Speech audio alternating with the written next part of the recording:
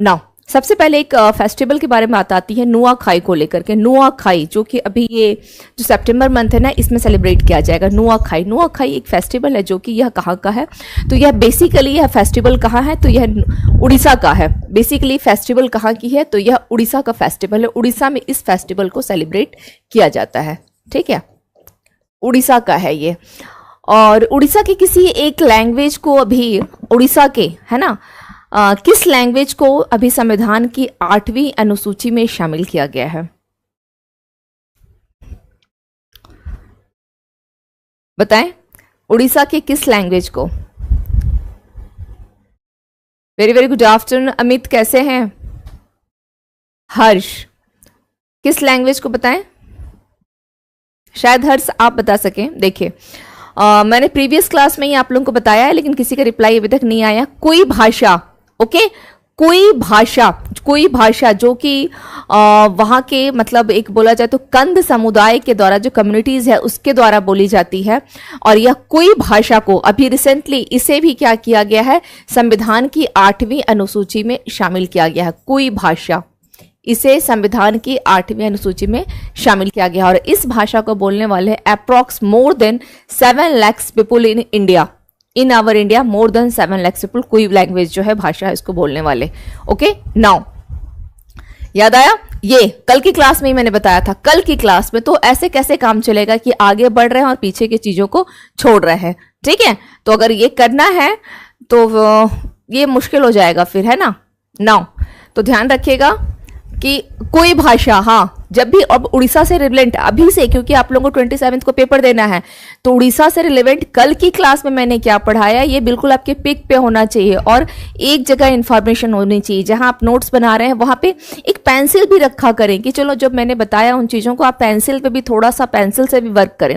मैं मानती हूँ कि आपने कल लिखा है, कल आपने लिखा, इस नोट्स को आपने बनाया, लेकिन आज जब मैंने ये पढ़ाया कि नुआखाई फेस्टिवल को लेकर के, नुआखाई उत्सव जो है, तो ब्रैकेट में यहां पर एक ये भी लिख लें कि कोई भाषा संविधान की 8वीं अनुसूची, है ना, ये भी लिख सकते हैं। तो इससे क्या होगा, आपका तभी जाकर के करंट का जो सेक्शन है वो स्ट्रांग होगा। स्कोर चाहते हैं तो ये तरीका है मेरे बताने का। आप लोगों को थोड़ा टफ भी लगता है, बोरिंग भी लगता होगा, लेकिन अगर ये करके जाएंगे, लिख करके देती हूँ, इसकी गारंटी है कि आपका करंट अफेयर्स के क्वेश्चंस को आप जब वहां खुद अटेंड करके आएंगे, ईमानदारी के साथ करके जाएं, एग्जाम दे के आइएगा, फिर आप मुझे बताइएगा कि जो स्ट्रेटेजी मैं बता रही हूँ अगर आप उसको केवल फॉलो कर ले तो, ठीक है। आप कल की क्लास में नहीं थे, ओके, कोई बात नहीं है, लेकिन कल की क्लास में ही मैंने बताया था। नाम ही गजब है, लेकिन गजब नाम को भी तो याद रखना होगा, क्योंकि क्वेश्चन भी गजब ही आएंगे। क्या करेंगे हर्ष, है ना, क्वेश्चन भी कुछ ऐसा ही आएगा। नाउ तो ये हो गई कोई भाषा, 2-3 इंफॉर्मेशन बता दिया। नाउ इसके दौरान इस क्षेत्र के लोग जो हैं, नुआखाई में क्या होता है ना, नुआ मतलब होता है इन उड़िया लैंग्वेज, नुआ का मतलब होता है नया, खाई मतलब खाना, ठीक है। तो नया खाना, तो जो भी जैसे कि जो धान वन की बुआई होती है, जो नया चावल आता है ना, उत्कृष्ट फसल, पर्याप्त वर्षा एवं कृषि हेतु अच्छे मौसम के लिए अपने देवी देवताओं के प्रति ये आभार व्यक्त करते हैं। और जब भी जो अभी इस सीजन में क्या होता है ना, फिर धान की बुआई उवाई करने का जो धान कटिंग होकर के आती है, गणेश चतुर्थी के यह अगले दिन मनाया जाता है, ठीक है। नया चावल जो अभी खेती की जाती है ना, नया चावल गणेश चतुर्थी के अगले दिन मनाया जाता है। गणेश चतुर्थी कब है, नेक्स्ट मंथ में है, आई थिंक 7 या 8 तारीख को गणेश चतुर्थी है। और उसी के नेक्स्ट डे आपको फिर ये करंट पे पढ़ने को मिलेगा, ठीक है। आपको फिर से ये करंट में क्या होगा, पढ़ने को मिलेगा, करंट में फिर से आएगा ये पढ़ने को। तो ध्यान रखिएगा, सितंबर में ही नेक्स्ट मंथ फिर हम लोग इसे पढ़ेंगे, तो वहां पे इसको कवर करना है। तो ये क्या हो गई। इसके अलावा यहाँ क्या है कि यह त्योहार पश्चिमी उड़ीसा और झारखंड के सिमडेगा जैसे पड़ोसी क्षेत्रों में विशेष महत्व रखता है, सिमडेगा वगैरह में, क्योंकि जो टच में हो जाता है ना, थोड़ा सा वहां पर भी इसकी इंपॉर्टेंस जो है बढ़ जाती है। और Nuakhai, just a minute, 1 minute,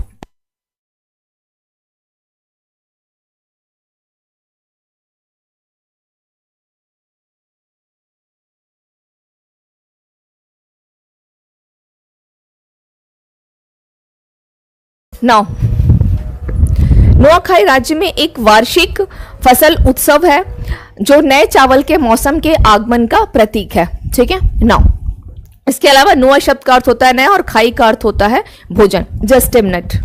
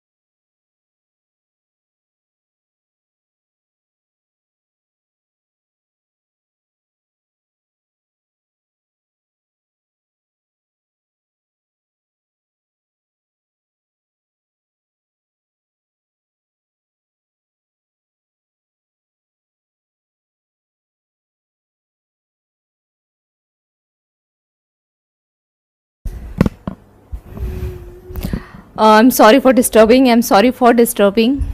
चलिए,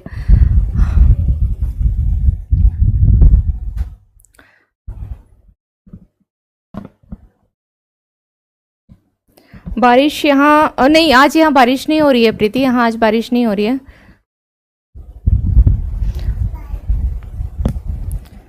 आई एम सॉरी आप लोगों को ना जो ये थोड़ी बहुत डिस्टर्बेंस हो रही है, मोस्ट प्रोबेबली कि होता क्या है, मेरे पास थोड़ी बहुत और भी जिम्मेदारी है, कभी कभी वो जिम्मेदारी बीच में आ जाती है, ठीक है। तो ओके, तो 2-4 दिन थोड़ा सा और आप लोगों को थोड़ी बहुत डिस्टर्बेंस और होगी, उसके बाद सब चीज़ें सही हो जाएंगी, ठीक है। चलिए तो स्टार्ट करते हैं नाउ। नेक्स्ट, हाँ, नुआखाई पे थे हम लोग, नेक्स्ट इन्फॉर्मेशन पे आते हैं। नेक्स्ट देख लेते हैं क्या है, फणिगिरी कलाकृतियां, ठीक है। फणिगिरी एक कलाकृति यानी एक आर्ट है, ओके।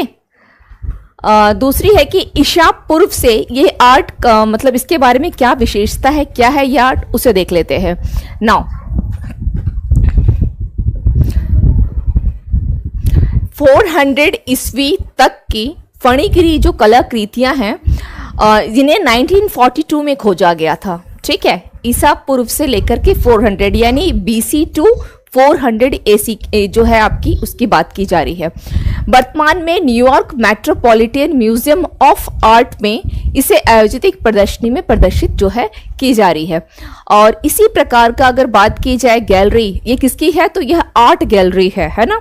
अभी रिसेंटली क्या की गई थी, कल की क्लास में मैंने बताया था, एक समुद्री विरासत को लेकर के भी एक गैलरी का निर्माण किया गया है, समुद्री विरासत को लेकर के, ये कल की क्लास में। तो हमेशा मैंने कहा आर्ट एंड कल्चर, यहां से हम लोग को एवरीडे 1-2 पॉइंट्स जो है मिलते रहेंगे, ठीक है।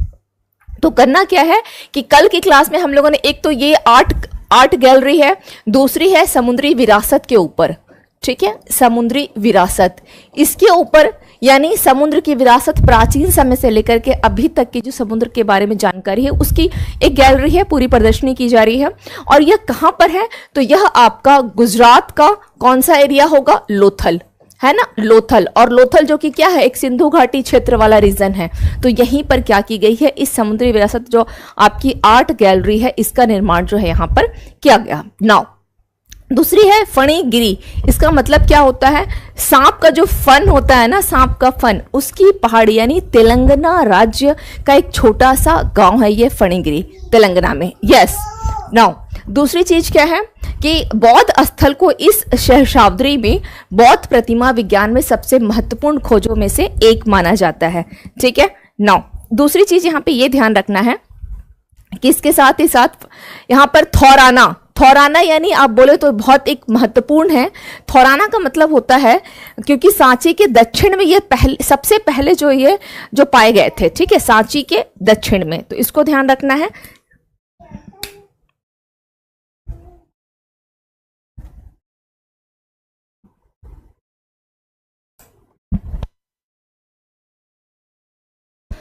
सांची के दक्षिण में यह सबसे पहले जो है पाए गए थौरानों में से एक है, ठीक है। Very very good afternoon Gopal, कहाँ थे और इतने लेट कैसे हो गए।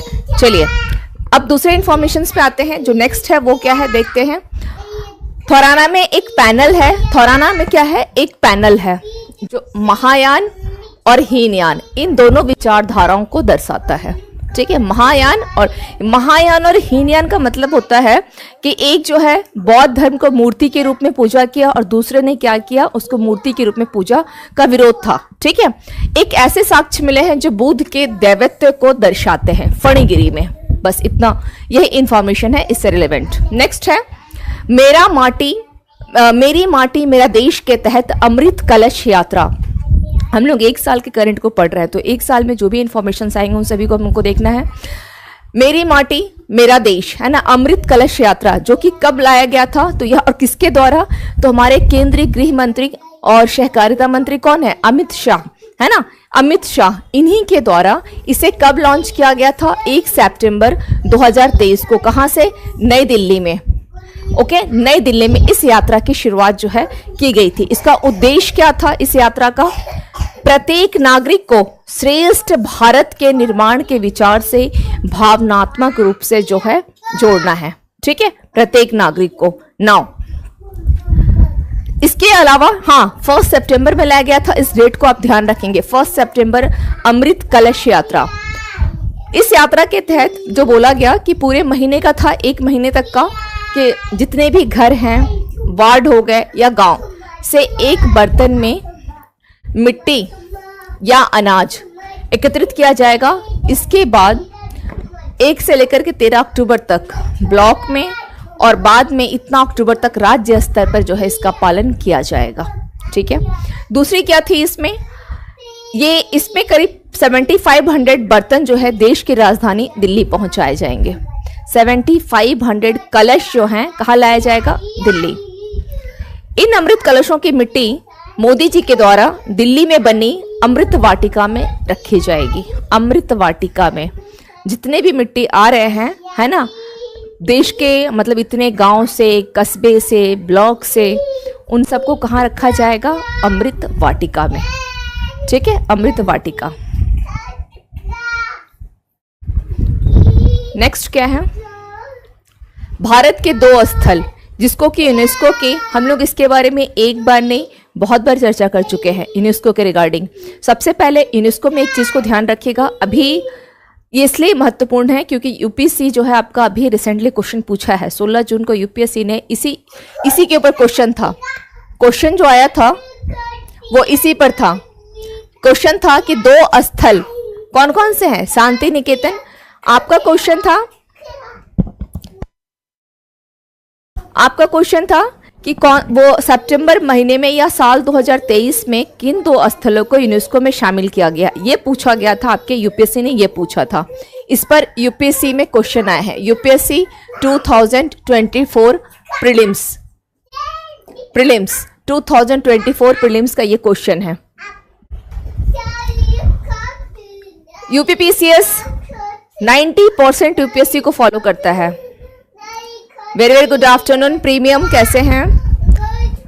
यूपीपीसीएस 90% यूपीएससी को फॉलो करता है।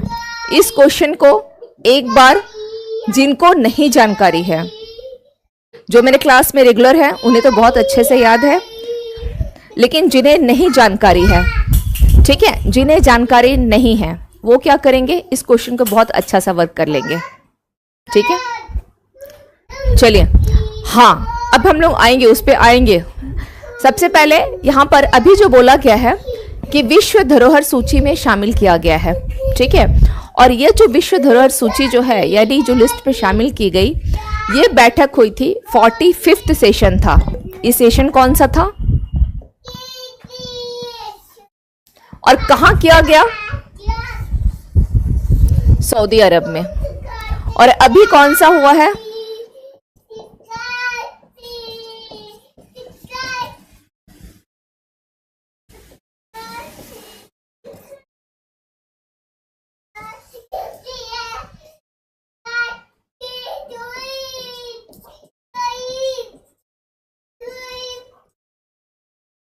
ठीक है, इसको ध्यान रखना है।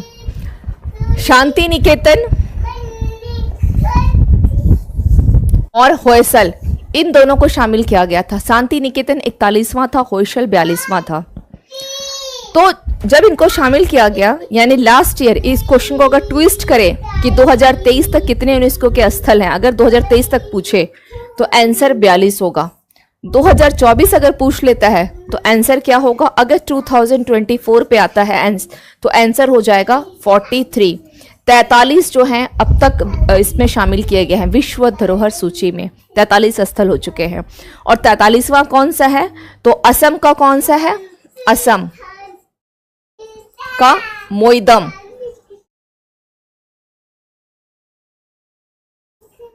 है ना, असम का क्या है, या मोइदम, जो कि क्या है, this is one kind of your कब्रगाह। मोइदम क्या है, कब्रगाह है, एक तरह का कब्रगाह ही इसे मान करके चले। ठीक है, नाउ इसको ध्यान रखना है, ये बहुत इंपॉर्टेंट है। अब जहां यूपीएससी का नाम जुड़ा है, ये क्वेश्चन बहुत बहुत इंपॉर्टेंट, देख लीजिएगा। अब जो 42 थी और इसको जो शामिल किया गया है, इस लाइन का मतलब क्या हुआ कि सांस्कृतिक श्रेणी में 34, प्राकृतिक श्रेणी में 7 हैं और एक जो है आपके मिश्रित श्रेणी में है। तो यहां पर ये ध्यान रखिएगा कि मोइदम को आपकी सांस्कृतिक श्रेणी में शामिल किया गया है। तो अब वर्तमान में अब इसकी संख्या कितनी हो गई? 35, क्योंकि मोइदम किस में शामिल है? तो यह आपके संस्कृति जो है आपका सांस्कृतिक श्रेणी, इसमें शामिल किया गया है मोइदम को। ओके, इसको ध्यान रखना है, मोइदम सांस्कृतिक श्रेणी में। इसके एक एक लाइन पे क्वेश्चन आ सकता है कि सांस्कृतिक श्रेणी वर्तमान में कितने हैं। अगर बात की जाए वर्ल्ड हेरिटेज जो लिस्ट है उसमें तो 35 है, अब 35 है, पहले 34 थे। प्राकृतिक श्रेणी 7 हो गए और एक आपका हो गया मिश्रित। मिश्रित में जिसमें कि सांस्कृतिक और प्राकृतिक दोनों का मिश्रण है, तो मिश्रित हो गया। Got my point? ठीक है। नाउ यूनेस्को को लेकर के, यूनेस्को की स्थापना कब की गई थी? 16 नवंबर 1945 जब इसकी स्थापना की गई थी तो ब्रिटेन में किया गया था, लेकिन इसका हेडक्वार्टर पेरिस में है। इस पॉइंट को भी ध्यान रखना है। कम टू द नेक्स्ट, शांति निकेतन के बारे में थोड़ा सा देख लेते हैं। दार्जिलिंग हिमालयन रेलवे और सुंदरबन राष्ट्रीय उद्यान के बाद शांति निकेतन जो है यह पश्चिम बंगाल का तीसरा सबसे बड़ा, तीसरा जो है यह विश्व धरोहर स्थल बन चुका है। जैसे कि अब असम का मोइदम भी क्या है, यह असम का तीसरा है। असम का यह तीसरा है जो कि वर्ल्ड हेरिटेज जो आपकी एक लिस्ट में स्थल में जो यह शामिल होने वाला, असम का तीसरा है। तो फिर असम का और कौन सा है? तो आपका मानस आ जाएगा, है ना। मानस मानस, कंचनजंगा, ये ध्यान रखिएगा। ठीक है। दूसरी चीज है, शांति निकेतन की शुरुआत किसके द्वारा की गई थी? रविंद्रनाथ टैगोर। ओके, के पिता किसके द्वारा? देवेंद्रनाथ टैगोर ने। कब किया था? 1863 में, एक आश्रम के तौर पर।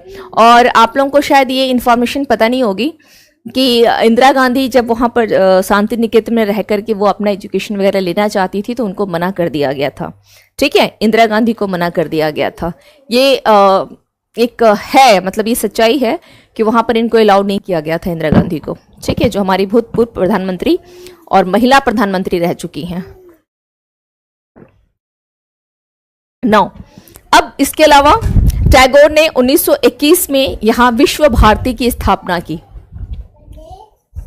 शांति निकेतन में, जिसे 1951 में सेंट्रल यूनिवर्सिटी और राष्ट्रीय महत्व का संस्थान जो है घोषित कर दिया गया था इन ईयर 1951।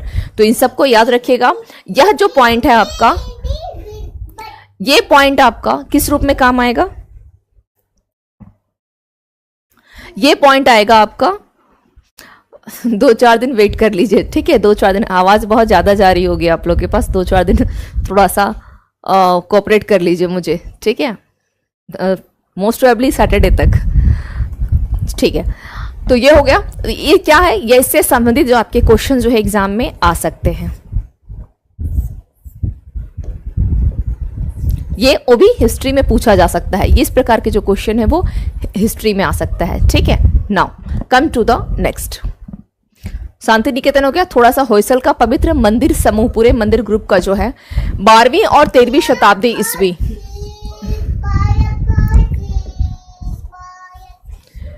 बनाए गए थे। होयसल साम्राज्य की अद्वितीय वास्तुकला और कलात्मक प्रतिभा को प्रदर्शित करते हैं।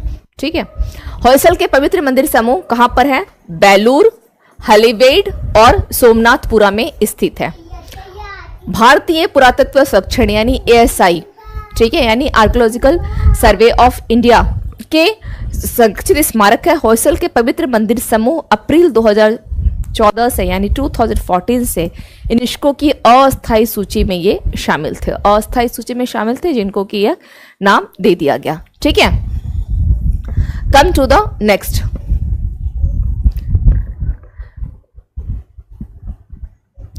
सागर परिक्रमा चरण कौन सी है? ये 8 है। सागर परिक्रमा चरण 8 कहां से कहां तक है? तो इस सबसे पहले जो सागर परिक्रमा के जो चरण की शुरुआत की गई थी ना, फर्स्ट चरण की जो बात की जाए, ये 5 मार्च 2022 को स्टार्ट किया गया था। इसका प्रथम चरण, इसकी शुरुआत और कहां से हुआ था?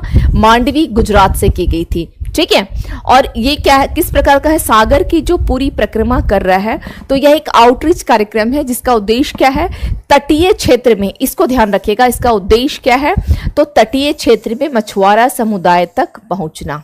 सागर परिक्रमा, प्रधानमंत्री मत्स्य संपदा योजना मत्स्य पालन तथा एक्वाकल्चर इंफ्रास्ट्रक्चर डेवलपमेंट फंड, किसान क्रेडिट कार्ड, राज्य योजनाओं जैसी विभिन्न मत्स्य पालन योजनाओं एवं कार्यक्रमों के माध्यम से मछुआरों एवं अन्य जो हितधारक है को आर्थिक संभावनाओं को बढ़ाते हुए उनके समक्ष चुनौतियों का समाधान करना। तो इसको अगर आप नहीं भी ध्यान रखेंगे तो सागर परिक्रमा का ओवरऑल जो एक कॉन्सेप्ट है, इसकी जो एक बेस है वो क्या है। नमस्ते विनय, नमस्ते, कैसे हैं? आज क्लास काफी लेट हो गया। हाँ, तो इसको ध्यान रखना है कि ये केवल किसके लिए है, तो सागर परिक्रमा जो चरण है यह मछुआरों के लिए है। और मछुआरों का इन द सेंस क्या होगा, उन्हें आर्थिक रूप से, जैसे अभी इसमें किसकी बात की गई कि उनके लिए इंफ्रास्ट्रक्चर डेवलपमेंट करना, किसान क्रेडिट कार्ड यूज कर सकते हैं, एक्वाकल्चर वगैरह हो गया, या प्रधानमंत्री मत्स्य संपदा योजना, इन सबों के तहत क्या किया जाएगा, जो है उनको समृद्ध किया जाएगा, मछुआरा समुदाय तक को पहुंचना है। तो स्पेशली किसके लिए हो गया सागर परिक्रमा, तो इस लाइन को, ये लाइन इंपॉर्टेंट है, इसको ध्यान रखिएगा।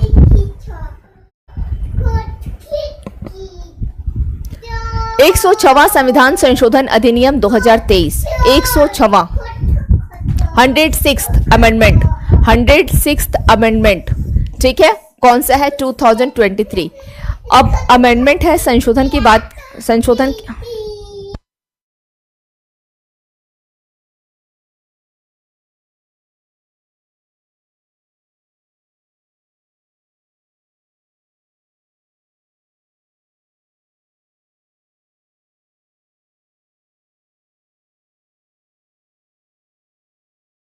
भारत के राष्ट्रपति ने कब, तो 28 सितंबर, ठीक है, 2023 को 106th जो अमेंडमेंट है आपका 2023 को उसने मंजूरी दी थी। लोकसभा और राज्य विधानसभाओं में इसका संबंध किससे है,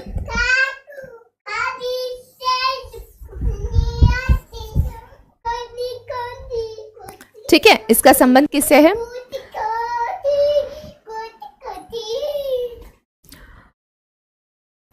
लोकसभा और राज्य विधानसभाओं में महिलाओं के लिए 1/3 आरक्षण का यह प्रावधान करता है।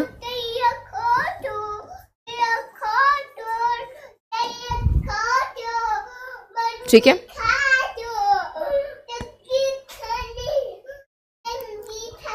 संसद में इसे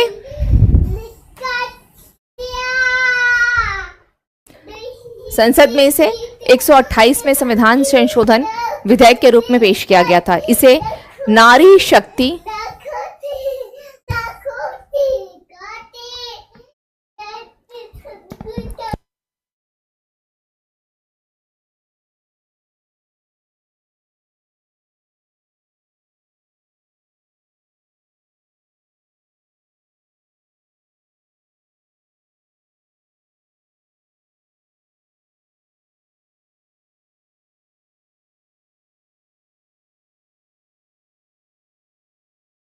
चलिए, ठीक है, 9 महिलाओं के लिए 1/3 संसद में इसे 128वां संशोधन विधेयक के रूप में पेश किया गया था। ठीक है, अब जब अधिनियम की बात की जाए तो कौन सा है यह, 106।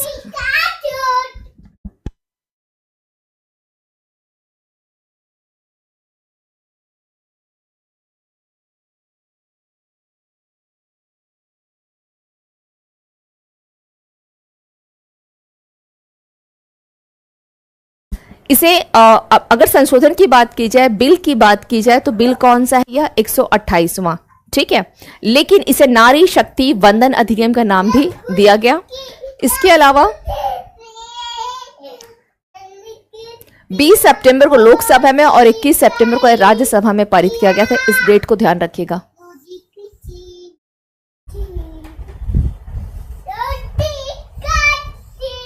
डेट ध्यान रखिएगा, लोकसभा और राज्यसभा से पारित कब हुआ है। वर्तमान में लोकसभा में कितनी है, 82 महिला सांसद, यानी इतना %, और राज्यसभा में 31 महिलाएं हैं, 13% वर्तमान में अगर बात की जाए तो। ठीक है, 9। हालांकि इस आरक्षण को अभी लागू नहीं किया जाएगा। इसकी मुख्य विशेषताएं क्या क्या है, इसे लेकर के लोकसभा, राज्य विधानसभाओं एवं राष्ट्रीय राजधानी क्षेत्र, दिल्ली की विधानसभा में महिलाओं के लिए यथासंभव 1/3 सीट जो है आरक्षित करना। तो ये सवाल बन सकता है कि महिलाओं को कहां कहां जो है आरक्षण 1/3 की बात की गई है।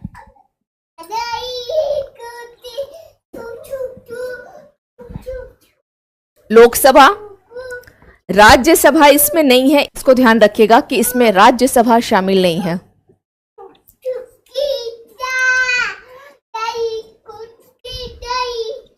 राज्यसभा इसमें शामिल नहीं है। Very very good afternoon Abhijit, कैसे हैं? हाँ, जब इसके लिए क्या होगा, जब परिसीमन का गठन होगा उसके बाद ये इसको लागू किया जाएगा। लेकिन वर्तमान में जो इसमें प्रावधान रखे गए हैं, वर्तमान जो प्रावधान है वो क्या क्या है? तो वर्तमान प्रावधान है इसमें लोकसभा, राज्य की विधानसभा और राष्ट्रीय राजधानी क्षेत्र दिल्ली की विधानसभा। ये 3 को ध्यान रखना है। जो नहीं है इसमें उसको भी ध्यान रखिएगा कि कौन सा नहीं है। अधिनियम अनुच्छेद 239A में संशोधन का प्रस्ताव करता है तथा 3 नए आर्टिकल अर्थात article 330A, 332A and 334A को सम्मिलित करता है। It's a very very important point, so don't skip it. Okay, it's a very very important. Clear? चलिए नाउ, ठीक है, 239A दिल्ली के संबंध में प्रावधान है और 3 नए जो आर्टिकल हैं कौन कौन से हैं? 330A, 332A एंड 334A इसको सम्मिलित करता है। ठीक है, नाउ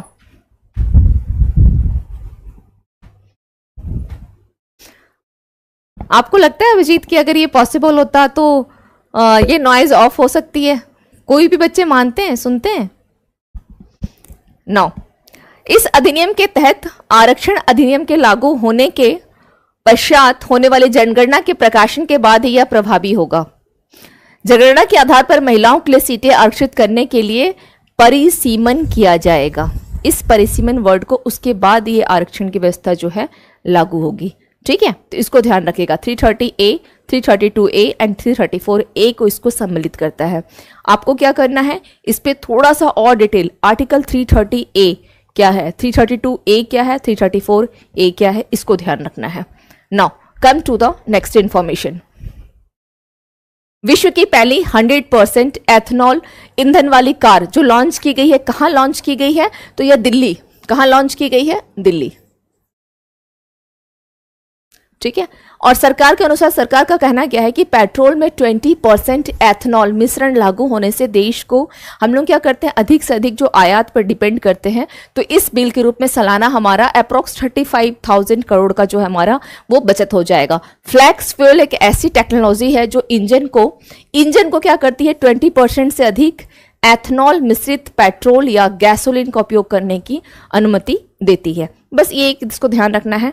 नाउ नेक्स्ट क्या देखते हैं, बस ये ध्यान रखिएगा कि विश्व की पहली जो 100%, हेडिंग के ऊपर ज़्यादा इंपॉर्टेंट है कि विश्व का पहला 100% एथनॉल ईंधन वाला कार कहाँ लॉन्च किया गया है? तो इंडिया में। और इंडिया में कहाँ पर? दिल्ली किया गया है। ये ज़्यादा इंपॉर्टेंट है, ना कि 20% एथनॉल में और क्या चीज़ें हैं, इन सब के ऊपर जो है यह नहीं पूछा जाएगा। यह इतना इंपॉर्टेंट नहीं जितना इंपॉर्टेंट ये है। ठीक है, नाउ ट्रांसजेंडर्स के लिए भारत का पहला एक क्या किया गया है, ओपीडी की शुरुआत की गई है। और यह भी कहाँ किया गया है? यह भी नई दिल्ली के, यहाँ पर आप लोगों ने सुना होगा डॉक्टर राम मनोहर लोहिया अस्पताल। यहाँ पे ट्रांसजेंडर्स के लिए जो है ओपीडी की पूरी कंप्लीट एक व्यवस्था की गई है। ठीक है, ट्रांसजेंडर्स के लिए है। नेक्स्ट क्या है, ये केवल बस ऐसे डायरेक्ट पूछेगा, इसमें कुछ खास डीपली नहीं जाना है। आईएनएस महेंद्रगिरी का जल अवतरण कब किया गया था? तो इसका सितंबर में किया गया था। और उपराष्ट्रपति जगदीप धनखड़ जी की वाइफ कौन है? सुदेश धनखड़, इन्होंने इसका किया था अवतरण। और कहाँ किया था? तो मुंबई में। कौन सा है? मंझगांव डाक शिप बिल्डर्स लिमिटेड। कहाँ? मुंबई। यहीं पर भारतीय नौसेना के युद्धपोत आईएनएस महेंद्रगिरी। एक सवाल, भारतीय नौसेना के वर्तमान में प्रमुख कौन है? भारतीय नौसेना के वर्तमान में प्रमुख कौन है? भारतीय नौसेना के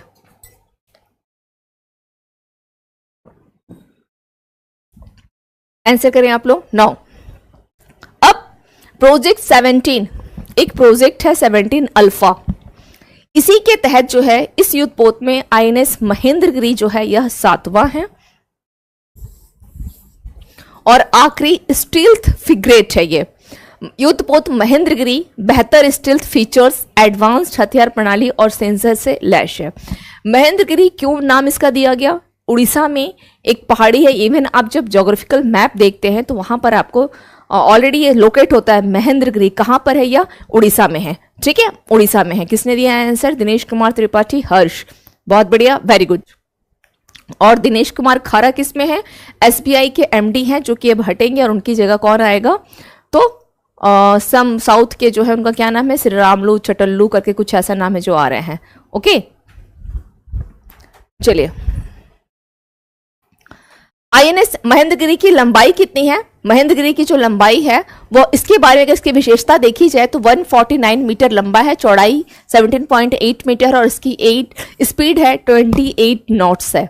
युद्धपोत का नाम उड़ीसा में स्थित पूर्वी घाट की एक पर्वत श्रृंखला के नाम पर रखा गया। मैंने अभी आपको बताया था कि उड़ीसा में एक जो है पर्वत, इसका नाम है महेंद्रगिरी। ठीक है, पूर्वी घाट उड़ीसा, तो वहीं पर इसको जो है ये क्या किया गया है? इस नाम पर रखा गया है।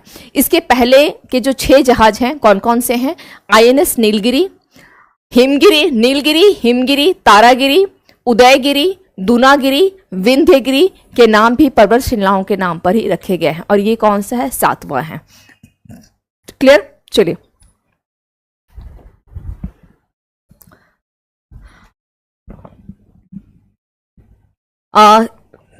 ठीक है। Now come to the next information क्या है? राष्ट्रपति द्रौपदी मुर्मू ने 17 अगस्त को कोलकाता में छठे फ्रिगेट आईएनएस किसका किया गया है? विंध्यगिरी का जल अवतरण किया। कहां पर? कोलकाता में किया है। ठीक है, कोलकाता में। भारतीय नौसेना ने 2019 में 7 जंगी जहाज बनाने के लिए कब लाया गया था? Project 17 alpha. इसको 2019 में लाया गया था, प्रोजेक्ट 17 अल्फा। ओके, फ्रिगेट्स, इसे लॉन्च किया गया था कब? 2019 में। ध्यान रखिएगा, इस बार यूपीपीसीएस का पेपर को कैंसिल किया गया है ना। फर्स्ट एग्जाम जो है वो हट गई थी और अभी जो पेपर होगा, करंट का कुछ नहीं अता पता है, तो जितने करंट क्लास में करवा रही हो ईमानदारी से इतने करंट करके जाइएगा। इनफैक्ट जो मैंने कहा है कि जैसे क्लास के बीच में आपको ये पता होना चाहिए, कोरिलेट करके भी पढ़ना है पुरानी चीजों को भी, इसको ध्यान दे करके जाइएगा। अदरवाइज क्या होगा? करंट से स्कोर आपके खराब हो जाएंगे अगर इस तरीके से आप नहीं करके जा रहे हैं तो। ठीक है, तो इसका ध्यान आपको रखना है। मंझगांव डॉक शिप बिल्डर्स और garden ship builders and engineers ने इनका निर्माण किया है। ठीक है, चलिए। भारत लोकतंत्र की जननी एक पोर्टल है, भारत लोकतंत्र की जननी।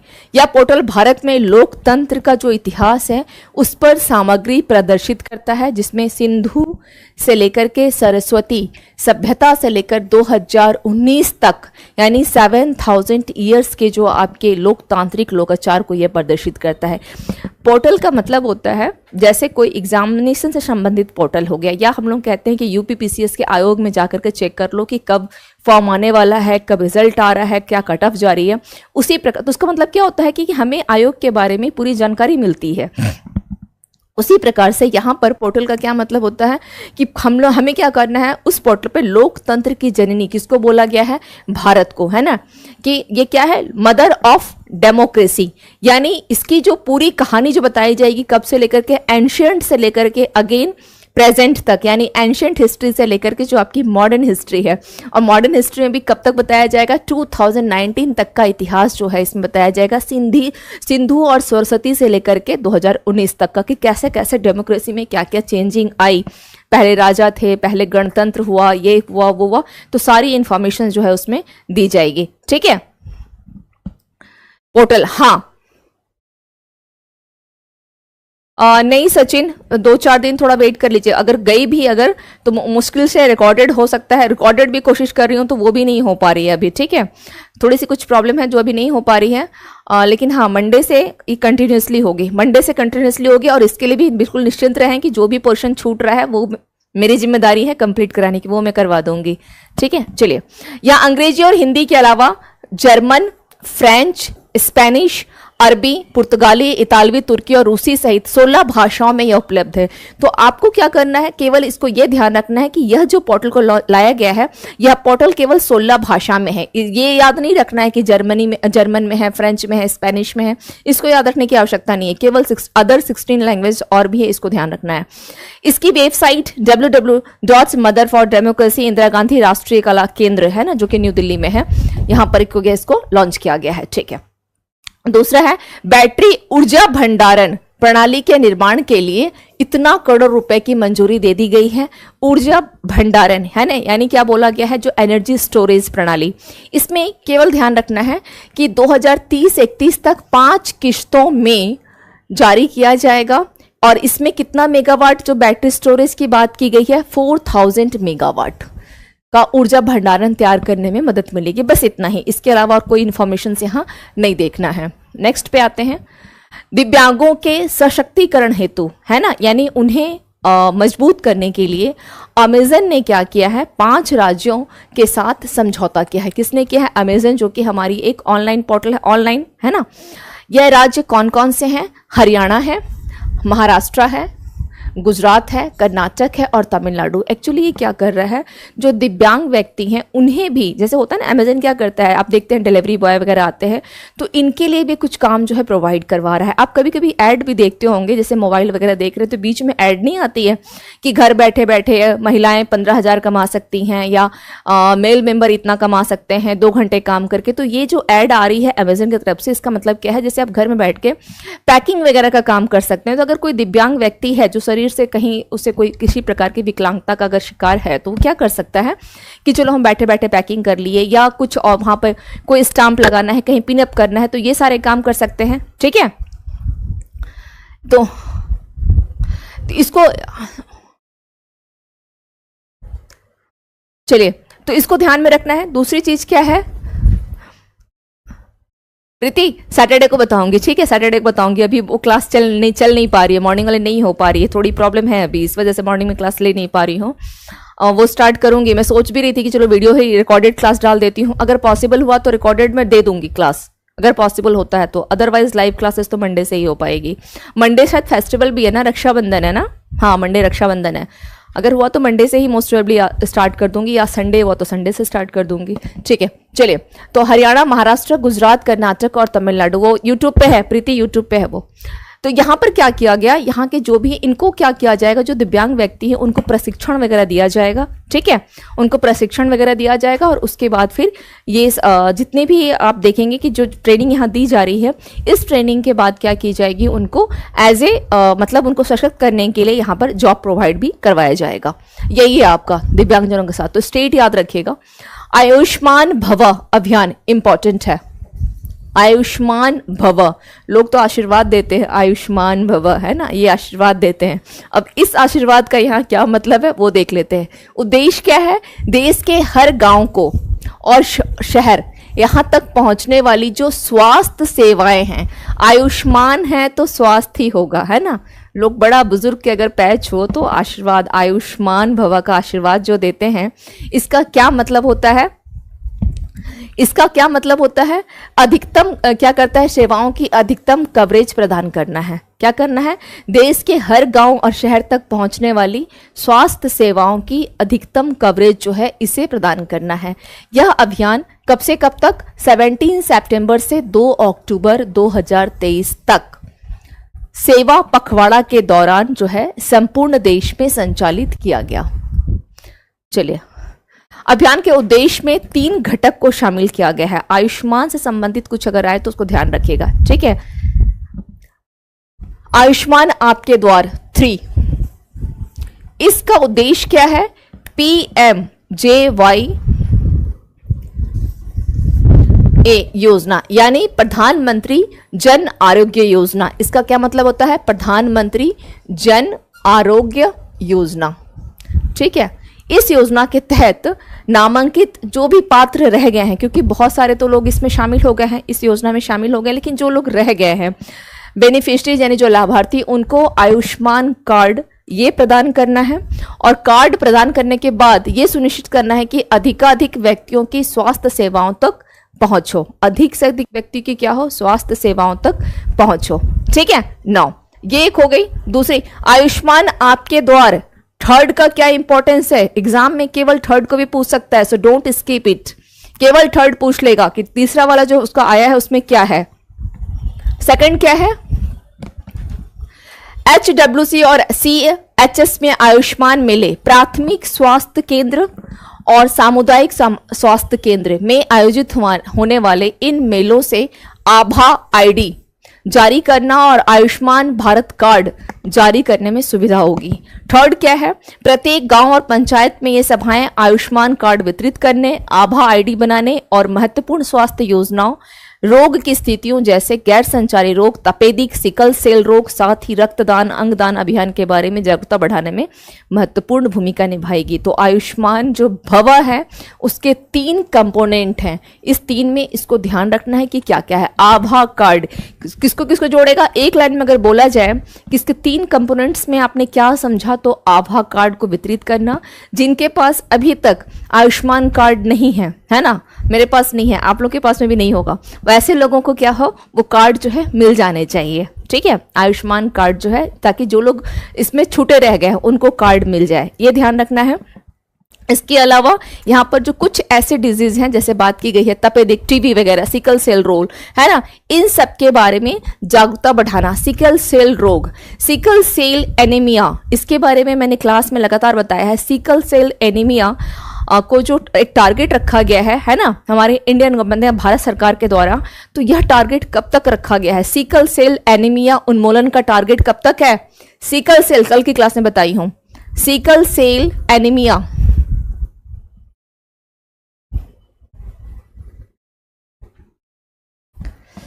बताएं, सिकल सेल एनीमिया इसका टारगेट कब तक का है? Sickle cell anaemia. Hello Gautam, कैसे हैं बताएं। सिकल सेल एनीमिया, इसके उन्मूलन का, sickle cell anaemia most important, ध्यान रखिएगा, सिकल सेल एनीमिया, इसकी टारगेट कब तक है? भारत सरकार ने इसका टारगेट रखा है 2014 तक इसके उन्मूलन का लक्ष्य रखा गया है। इसके उन्मूलन का लक्ष्य रखा गया है, उन्मूलन का लक्ष्य जो है रखा गया है 2047 तक, इसको ध्यान रखिएगा।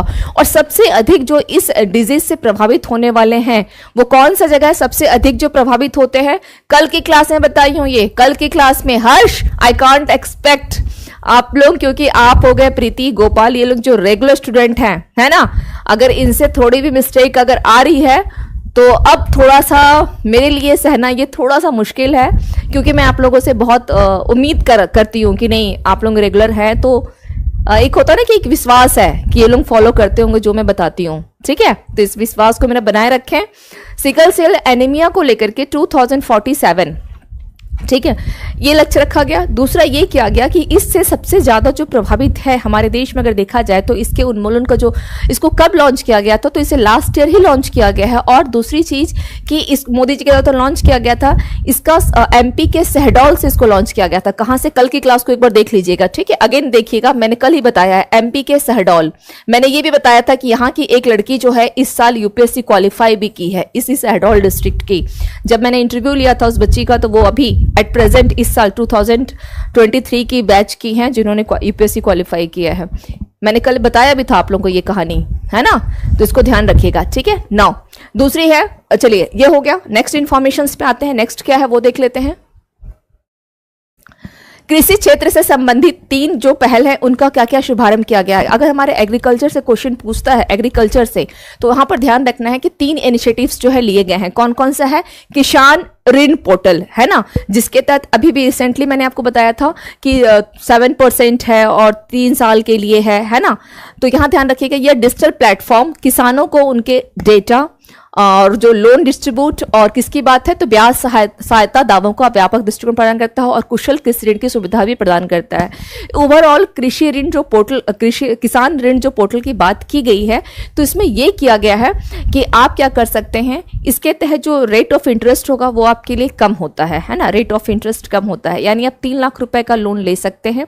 कितने के लिए है? तो इसमें बोला गया है कि 7% आपको जो है इंटरेस्ट पे करना। अगर आप टाइम टू टाइम पे भी करते हैं इंटरेस्ट, तो आपको एनुअल यानी साल में 3% जो है आपको और कम कर दिया जाएगा। प्रीति, शायद आपको याद भी होगा जब मैं उस दिन क्लास में बताया था। और ये किसानों के लिए उधार लेने की प्रक्रिया को सरल और सुव्यवस्थित करने का एक प्रयास करता है। तो खैर ये इसको देखने की आवश्यकता नहीं है। किसी क्षेत्र संबंधित जो 3 पहलों का शुभारंभ किया गया है, हम लोग उसको देख लेते हैं। कौन कौन से 3 पहल हैं वो? हाँ, एक तो हो गया किसान, एक कौन सा है? किसान ऋण आपका। दूसरा है डोर टू डोर KCC यानी कृषि क्रेडिट जो आपकी स्कीम है। घर घर किसान क्रेडिट कार्ड, इस अभियान का एक महत्वाकांक्षी अभियान है जो भारत के हर किसान को किसान क्रेडिट कार्ड, यानी जैसे अगर आपको खाद खरीदना हो, फसल का मतलब इन द सेंस कि बीज वगैरह लेना हो, तो आपके पास जैसे हम लोग क्रेडिट कार्ड यूज करते हैं ना, तो ये उसी प्रकार के क्रेडिट कार्ड की बात की जा रही है कि आप पहले ले लो, बाद में आप इसका पेमेंट करते रहना, पहले सरकार पेमेंट कर देगी। तो और किसान क्रेडिट कार्ड में क्या है, जो आपकी अधिसूचित बैंक भी है और सहकारी बैंक को भी इसमें शामिल किया गया है। उद्देश्य क्या है, प्रत्येक किसान की ऋण सुविधाओं तक निर्बाध पहुंच हो, बस किसान को लोन प्रोवाइड करना एक उद्देश्य है।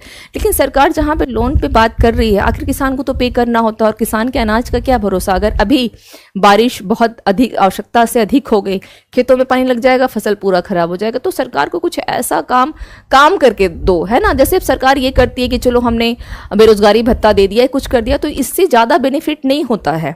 ये मेरा अपना एक थॉट है कि इससे आप लोग भी कभी सोच के अपना बताइएगा कि इससे अधिक बेनिफिट नहीं, उससे ज़्यादा जरूरत है कि हम काम को करें। फॉर द एग्जांपल, जैसे मैं आप लोगों को बोलूं कि ये आप लोग कर लें, ऐसा कर लें, नहीं, उससे ज़्यादा जरूरी है कि मैं आप लोग के सामने पहले करूंगी, तभी तो आप लोग करेंगे। मैं क्लास में मोस्ट ऑफ द इन्फॉर्मेशन जो है मैं बोर्ड पर लिख करके समझाती हूँ। PPT से पढ़ा देना भी बहुत आसान है, लेकिन अभी जो इसमें PPT से बता रही हूँ केवल इसलिए है कि आपको क्या करना है, जो पॉइंट्स मैं बता रही हूँ, जहां पे भी मुझे लगता है उस पॉइंट्स को तो लिखे ही, इसे केवल एक बार गो थ्रू हो जाइएगा, और जहां मैं क्रॉस करती हूँ ना, उसको आप लोग क्रॉस कर ले। बस समझ लीजिए कि क्या है ये किसान credit card. Door to door KCC अभियान, एक लाइन में अगर बोला जाए तो सभी किसान को चलो किसान क्रेडिट कार्ड बांटो, यही है डोर टू डोर अभियान। ठीक है, नेक्स्ट क्या है, मौसम सूचना नेटवर्क डेटा सिस्टम मैनुअल। इस उद्देश्य क्या है, जो मौसम के पैटर्न पर हितधारकों को कार्रवाई योग्य अंतर्दृष्टि प्रदान करके किसानों को उनकी कृषि गतिविधियों के बारे में सूचित निर्णय लेने में सहायता करना। ओवरऑल क्या है, मौसम की सटीक जानकारी किसको देना, किसान को देना, कि 4 दिन बाद बारिश आने वाली है या सूखा होने वाला है या क्या होने वाला है, बस यही है। एक पॉइंट को बस ध्यान रखना है, ओवरऑल पूरे इन्फॉर्मेशन को इसमें नहीं देखना है। नेक्स्ट आते हैं, नेक्स्ट क्या बोला गया है, राज्यसभा उपाध्यक्ष के जो पैनल है उसमें 50% महिला सांसद है। किसमें, राज्यसभा में। एक और जहां राज्यसभा की महिलाओं में आरक्षण का कोई प्रावधान नहीं है, वहीं दूसरी ओर इस पैनल में 50% क्या बोला गया है, महिला सांसद होंगी। और 8 सदस्यीय पैनल में 4 महिला सदस्य होंगे, क्योंकि 50% की बात कर रहा है और 8 उस पैनल में 8 मेंबर है, तो 50% में कितना हो जाएगा, 4 महिला, जिनमें बीजेपी की सांसद कांता कर्दम, सुमित्रा बाल्मीक, गीता उर्फ चंद्रप्रभा और बीजू जनता दल की ममता मोहंता शामिल है। नाम याद नहीं रखेंगे तो भी चल जाएगा, क्योंकि ये 1 ईयर बिफोर का हम लोग करंट जो स्टार्ट किए है ना, तो नाम की आवश्यकता नहीं है। हेडलाइन को ध्यान रखिएगा कि 50% जो है महिला सांसद होनी चाहिए। इसके अलावा कांग्रेस के अखिलेश प्रसाद सिंह, आम पार्टी के नारायण दास गुप्ता एंड YSRCP के इसको नाम को छोड़ दीजिएगा, ठीक है, नाम कोई इंपॉर्टेंट नहीं है, नहीं कर, नाम की आवश्यकता नहीं है, कर पाना तो अलग चीज है, आप इसको छोड़ दीजिएगा। ठीक है, हमें क्या करना है, एग्जाम को क्वालिफाई करना है, ना कि वहां पर उस पर नोबेल नहीं लेना है। सभापति या उप सभापति की अनुपस्थिति में उपाध्यक्ष सदन की अध्यक्षता करने के पात्र होते हैं, तो ये तो पता ही है। ठीक है, रक्षा मंत्रालय ने प्रलय मिसाइल खरीद के प्रस्ताव को मंजूरी दे दी है। अभी एक प्रहार अभ्यास किया गया था, प्रहार, इसको ध्यान रखिएगा। प्रलय तो याद रखिएगा ही, इसके साथ एक प्रहार अभ्यास को भी ध्यान रखिएगा। प्रहार एक्सरसाइज या अभ्यास, ये कहाँ किया गया था, तो यह आपका जो लद्दाख वाला क्षेत्र है ना, वहां एक्चुअली ऊंचाई पर जो है, वहां के मतलब जो कह सकते हैं कि जो हमारे जवान हैं, सैनिक हैं, उन लोगों को कि अत्यधिक ऊंचाई पर आप कैसे प्रैक्टिस करोगे, है ना। और खास करके जो भारत चाइना जो चल रहा है, हमारा द्वंद्व एक चल रहा है, तो उसमें आप कैसे उसे फेस करोगे, तो इसके लिए अभ्यास जो है किया गया था। प्रलय बैलिस्टिक मिसाइल को चीन से लगी LAC। अब सवाल यहां पर एक और है कि चीन से लगी हुई LAC जो है, अगर केवल एक मैं आपसे अमूमन ऐसे पूछूं कि ये बताएं कि चीन से लगी हुई LAC में भारत का कौन कौन सा क्षेत्र आ जाएगा, चीन से लगी हुई LAC में।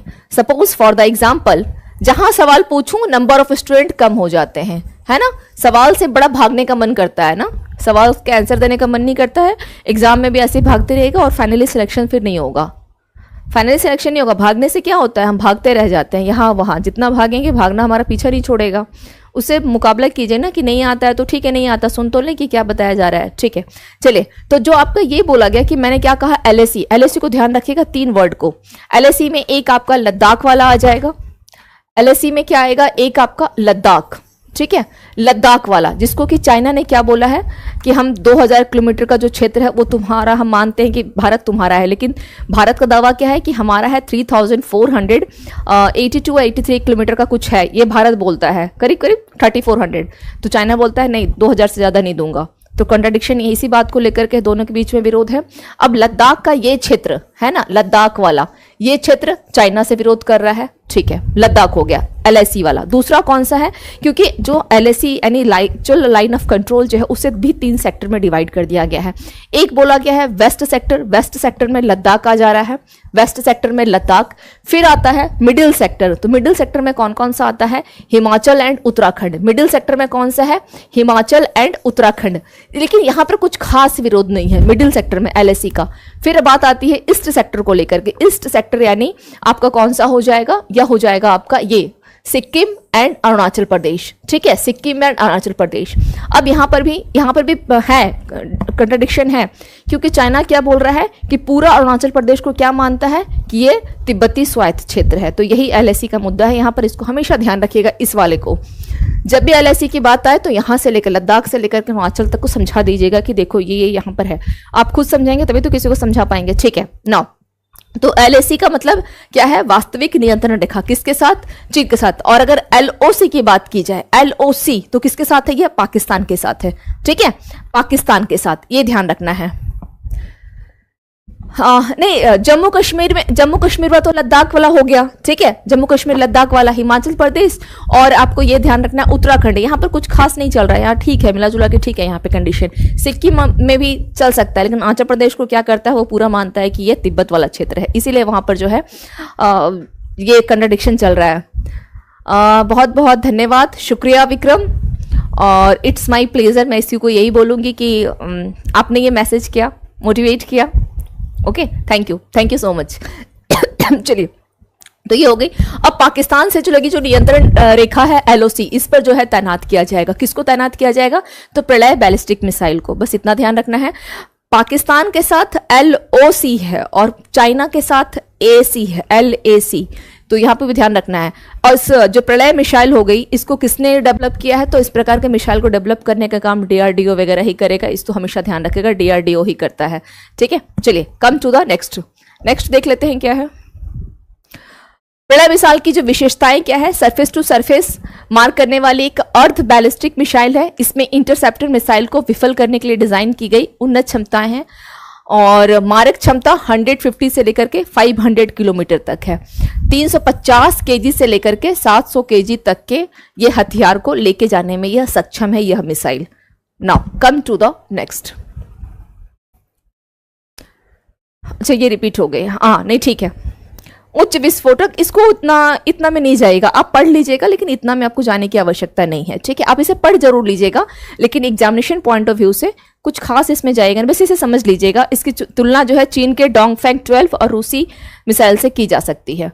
चलिए, आप लोग जब नोट्स बनाएंगे ना, अभी क्लास के बाद इसके नोट्स बना लीजिएगा और PDF भी ले लीजिएगा, तो दोनों नोट्स, PDF प्लस मेरी लेक्चर, तीनों को एक साथ लेके बैठिएगा।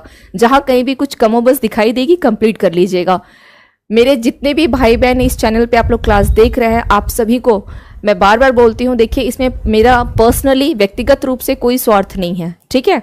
मेरा उद्देश्य ये है कि आप एग्जाम में, क्योंकि कोई भी स्टूडेंट आके बोलते हैं ना कि मैडम क्लास से इतना पढ़ा हुआ, इतना क्वेश्चंस मैं करके आया, तो वो मैं सुनना चाहती हूँ कि वो चीजें हों, तो मेरा उद्देश्य तभी सफल होगा। यहाँ आप लोग करंट अफेयर्स को बहुत अच्छे से करके जाइएगा, ठीक है।